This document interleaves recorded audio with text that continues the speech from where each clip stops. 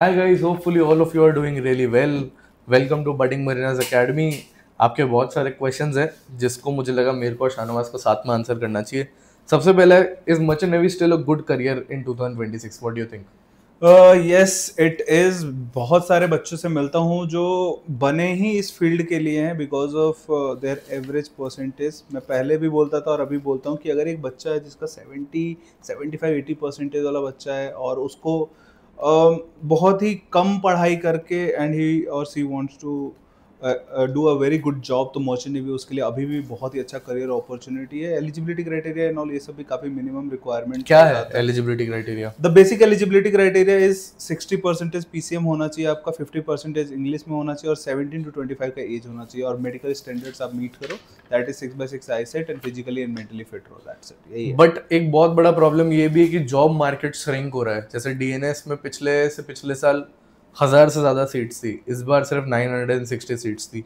तो ये भी तो एक प्रॉब्लम है. नहीं, मैं इस चीज़ में थोड़ा सा वो होता है कि हर साल डिमांड एंड सप्लाई बहुत ज़्यादा चेंज होता है. What I have seen across the companies, number of ships and all ये सब इतनी ज़्यादा बढ़ रही हैं एंड ऑलमोस्ट इस टाइम पे मोस्ट ऑफ द कंपनीज दो कैडेट्स चढ़ाना शुरू कर दिए. तो इसलिए आगे चल के मुझे जहाँ तक लगता है कैडेट्स के नंबर बढ़ेंगे.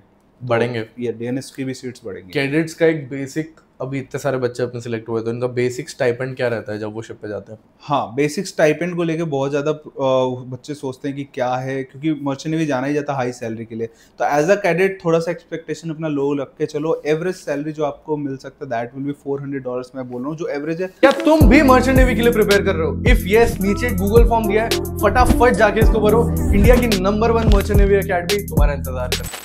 हर कंपनी का मिला के, क्योंकि it ranges from, it can be 15,000 also, जो सबसे निचले लेवल की जो कंपनीज हैं, एंड वो 700-800 भी जा सकता है पीआईएल टॉम जैसे कंपनी में. तो एवरेज विल 400, क्योंकि मोस्ट ऑफ द कंपनीज इसी के अराउंड 4 और 500 के अराउंड दे रही हैं. Do you think DNS is still relevant in a good course? मैं आज भी और चिल्ला चिल्ला के ये चीज़ बोल सकता हूँ कि डीएनएस ही एक ऐसा कोर्स है जिसके थ्रू आपको मर्चेंट नेवी ज्वाइन करना चाहिए. कम टाइम में ज्वाइन करोगे एंड जल्दी फाइनेंशियल इंडिपेंडेंट बनोगे, और जो चीज़ें ज़रूरत है तुम्हें वो डीएनएस में चीज़ें सिखाई जाती हैं और सीधा जहाज़ पे भेजते हैं जहाँ पे तुम्हें प्रैक्टिकल लाइफ मिल जाता है सीधा. बट एक बहुत बड़ा प्रॉब्लम इसमें ये भी है कि इस स्टेटमेंट को मिसकंस्ट्रेट हो जाता है. जैसे DNS is a good course but IMU में डीएनएस हो रहा है without sponsorship. What about that?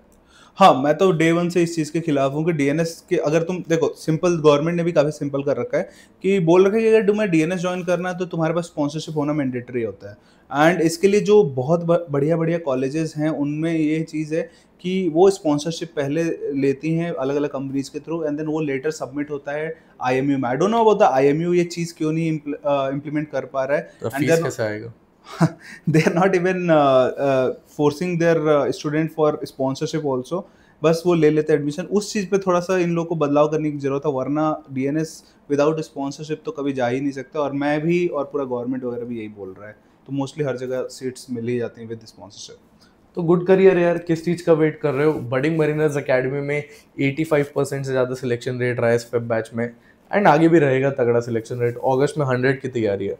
तो अगर आप बडिंग मरीनर्स एकेडमी ज्वाइन करना चाहते हो, नीचे नंबर दिया, या तो उस पर आप मैसेज कीजिए या तो फिर गूगल फॉर्म भरिए जो डिस्क्रिप्शन में दिया है. We are waiting for you. 25 नवंबर को नया बैच खुल रहा है, फटाफट ज्वाइन कर लो. Thank you so much. Bye.